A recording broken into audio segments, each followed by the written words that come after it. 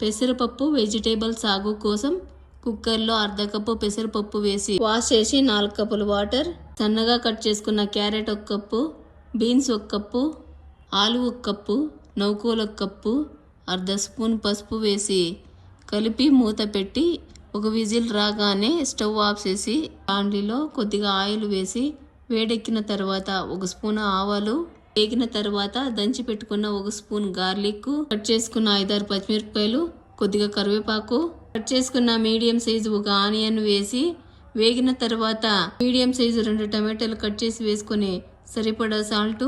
1.5 spoon sambar పొడి వేసి కలిపి కట్ చేసి వేడి నీళ్ళు వేసి పెట్టుకున్న కాలీఫ్లవర్ ముక్కలు 1 కప్పు వేసి కలిపి 1 నిమిషం వేగిన తర్వాత